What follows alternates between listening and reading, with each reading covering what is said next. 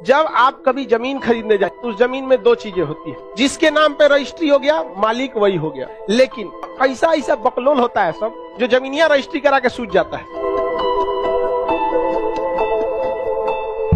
जब आप कभी जमीन खरीदने जाएंगे तो उस जमीन में दो चीजें होती है। जमीन दो टाइप से होती है, जमीन का मालिकाना हक किसके पास है और उस जमीन पर सरकार को टैक्स कौन दे रहा है, दो चीजें अलग अलग होती है। तो जमीन पर मालिक कौन है, जमीन का मालिक कौन है, और दूसरा जमीन पर टैक्स देने वाला कौन है, टैक्स देने वाला कौन है। ये दोनों एक मालिक के बराबर ट्रीट होते हैं। तो सबसे पहले जब आप जमीन खरीदने जाते हैं तो आपको कराना होता है रजिस्ट्री। क्या कराना पड़ती है? रजिस्ट्री, जिसे कहते हैं लिखाई। लोग सुनते हैं ना क्या लिखाई लग गई 1 लाख हो, सुने क्या लग गया? रजिस्ट्री।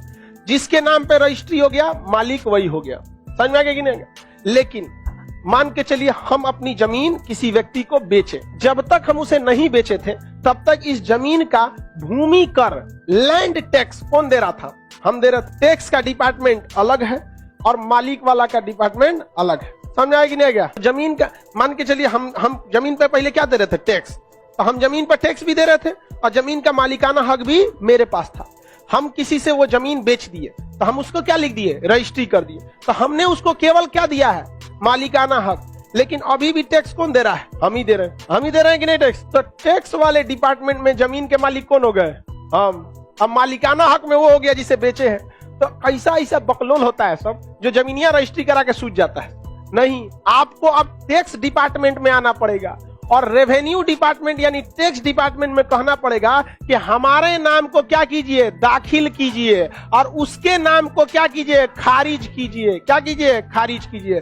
तो आपको जमीन रजिस्ट्री कराने के बाद क्या करना पड़ेगा? दाखिल खारिज। अपना नाम दाखिल और उसका नाम खारिज। इसे कहते हैं मोटेशन। क्या कहेंगे? मोटेशन। तो जिसके पास मोटेशन, टैक्स का अधिकार उसी का। तो एक बात बताइए, हम कोई जमीन रजिस्ट्री करा लिए, हम मोटेशन नहीं कराएं तो क्या पूरी तरह से जमीन मेरी हो जाएगी? हाँ नहीं।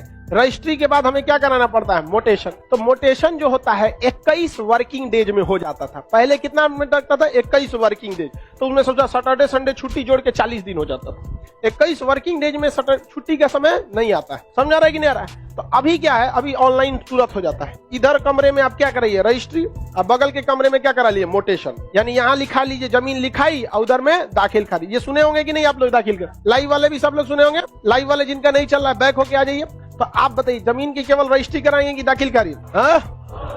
दोनों कराना पड़ता है, तभी आप पूरी तरह से उसके क्या बन पाते हैं? मालिक बन पाते हैं। अब एक बार क्या हुआ समझिए ध्यान से। एक आदमी जमीन खरीदा और वो जमीन का दलाली करता था, खरीद के बेचता था। तो जमीन खरीद लिया